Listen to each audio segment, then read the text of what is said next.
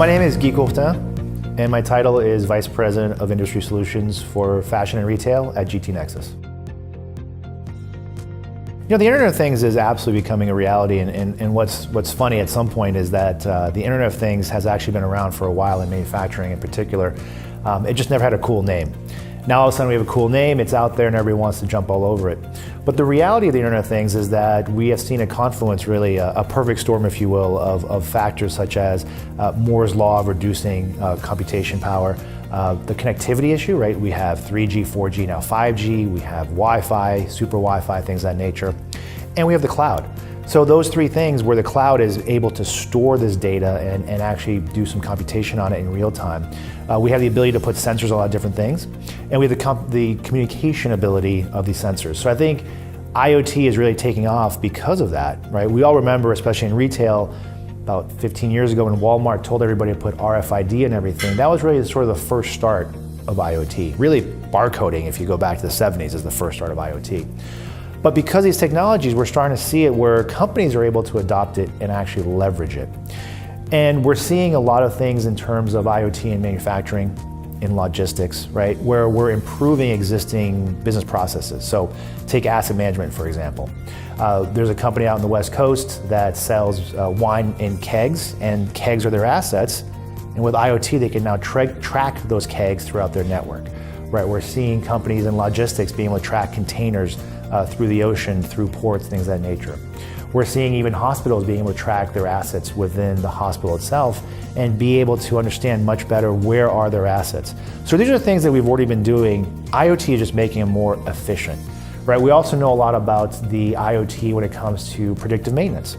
For example, GE, one of the famous IoT sort of champions out there, is putting sensors on their locomotives, on their wind turbines, on their airplane engines, and the amount of data that's being thrown off, they're able to anticipate when a break is going to happen, right? For example, even like Caterpillar does this, where they know they have a dump truck in the jungles of Burma, and they can monitor it and understand, hey, this is overheating a little bit ahead of time, so to speak. Maybe we have a problem. We can anticipate it. We can dispatch product and technician ahead of time.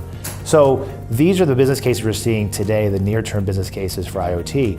I think what's exciting about it is, where does this go in the future, right? How does this lay down the groundwork for some future interesting things with IoT and with the data that's coming off of it? So IoT is absolutely hot. There's a reason for it. I think that it's a perfect storm, if you will, of technologies and enablers to make IoT more accessible. Now we're just trying to figure out what are the business cases, right? The near-term ones are very much around things like asset management, predictive maintenance, inventory tracking. What's exciting is, what does this lead to down the road? Like every technology, like every change, right? In the early stages, there's a lot of disbelief. There's a lot of questioning because there's going to be some failures, right? I take the example of websites.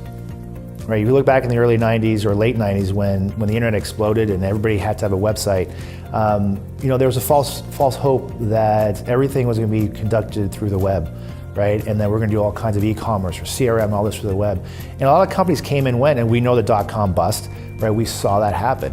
And a lot of people at the time said, well, this is no longer what it holds out to be. This internet thing is a fad, if you will, right? I remember a joke that B2C and B2B became back to consulting, back to banking, right? Because again, it was felt like this is not, the hype has been way overblown. Fast forward to today, and I would say the internet is absolutely, and the web is absolutely an integral part to all our businesses, whether it's B2B, B2C, whatever it is. So I would argue it's the same thing with IoT, right? Yes, RFID was sort of a false start, but I could go even further back, as I mentioned, to barcoding, right? In the 70s, when Wrigley put a barcode on their bubble gum, that was this beginning of this traceability done through machines and things of that nature. Today, we see barcodes everywhere. We're seeing RFID because the prices have come down. So I would say there is a lot of hype, and some of it might be overblown. But we're going to see, I guarantee you, well, maybe I shouldn't guarantee, but I think in 10 years we'll see where IoT and this connectivity that we have is taken for granted and is an integral part of our businesses in a whole host of ways. IoT, first and foremost, to me, is just another form of data. Now, what you do with it, you're absolutely right, is where we get the most value. So today, the easy things we just talked about is things such as, again, asset management, things that are that we're doing already on an active basis that now we can add a new layer of technology and a new efficiency to that we otherwise couldn't. I think the challenge for everybody with IoT is to figure out, okay, that's what we could do today. That's where I can convince my CFO to invest money in.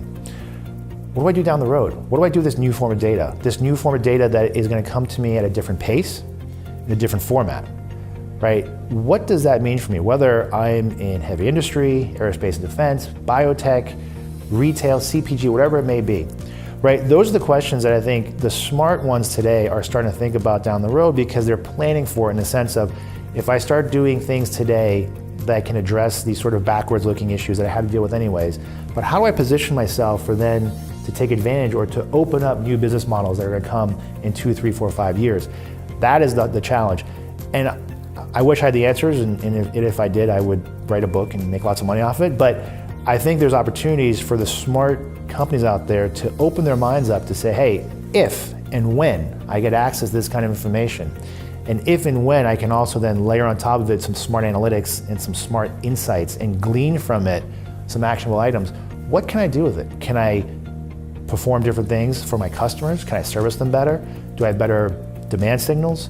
Can I anticipate things better? Can I change my business models? For example, we're seeing this already. I mentioned GE, but Rolls-Royce is the same thing. Rolls-Royce builds airplane engines. They now put sensors on them. So at first it was about predictive maintenance and asset management. They're now able to change their business models in terms of charging, right? So they don't sell British Airways an airplane engine, they sell you the thrust, right? So you're paying Rolls-Royce for the thrust. How far did you go? How efficient was it? Things of that nature. There's a crane company in Holland called Krona Cranes. Same thing. They don't sell you the crane. They lease you the crane or the lift. So how much merchandise did you lift? How much tonnage? How often? When? Things of that nature. Why? Because now they can monitor that in real time and be able to truly bill you, right? Like we get a bill for electrical use.